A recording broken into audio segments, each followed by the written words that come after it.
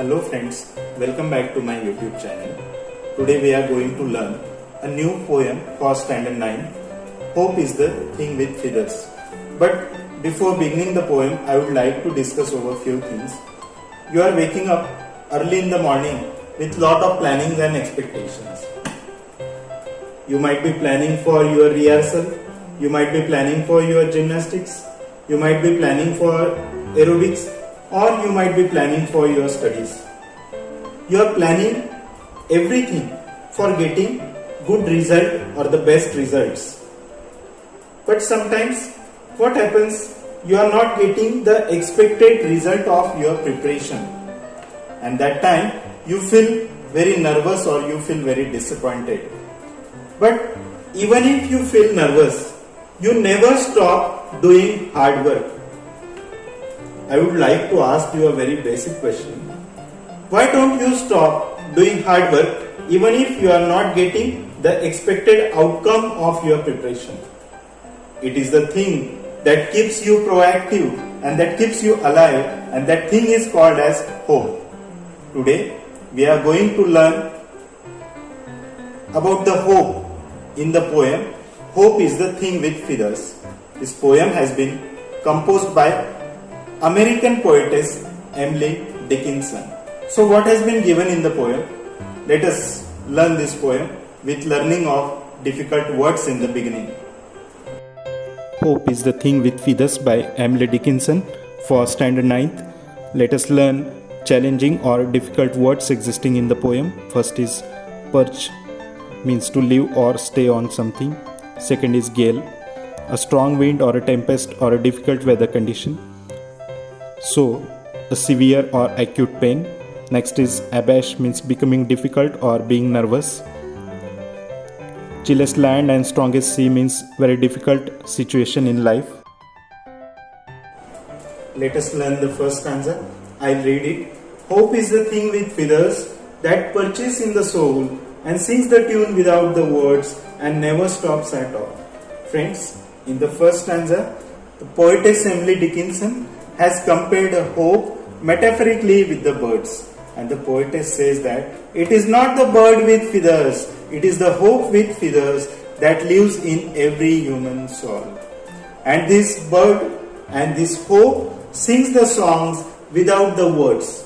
And poetess Dickinson says further that even if man loses everything, he never loses his hope in his heart. Let us move towards the second stanza. And sweetest in the gale is heard, and so must be the storm that could abash the little bird that kept so many warm. You know the meaning of gale. Gale means a strong wind or the tempest. So means anything that causes pain. Abash means to destroy.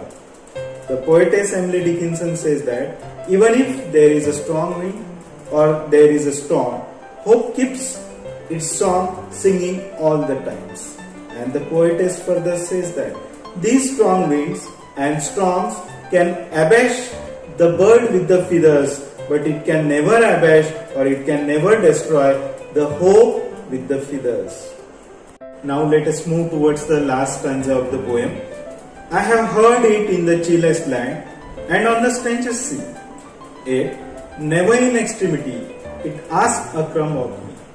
The poetess Emily Dickinson says in the last stanza, the chillest land and on the strangest sea. The meaning of this expression is a very difficult situation in a life or a very tough phase of your life.